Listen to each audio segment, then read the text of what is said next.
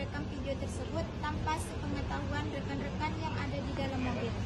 Oleh karena itu, saya mohon maaf kepada semua rekan saya yang ada di dalam mobil.